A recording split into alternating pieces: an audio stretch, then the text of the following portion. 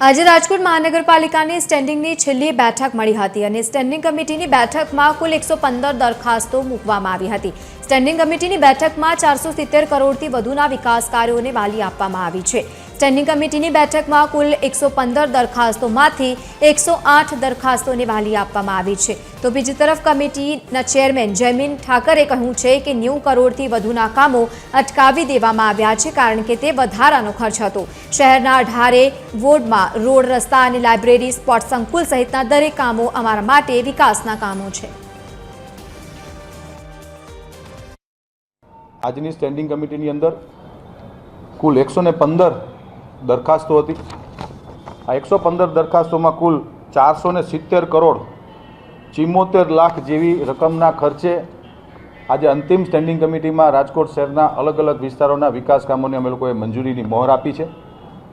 470 કરોડ એટલે સાથીઓ 4 અબજ અને 70 કરોડના ખર્ચે રાજકોટ મહાનગરપાલિકાએ આજે અંતિમ સ્ટેન્ડિંગ કમિટી મંજૂર કરી છે। તે બદલ અમને ખૂબ ખૂબ રાજીપો પણ છે।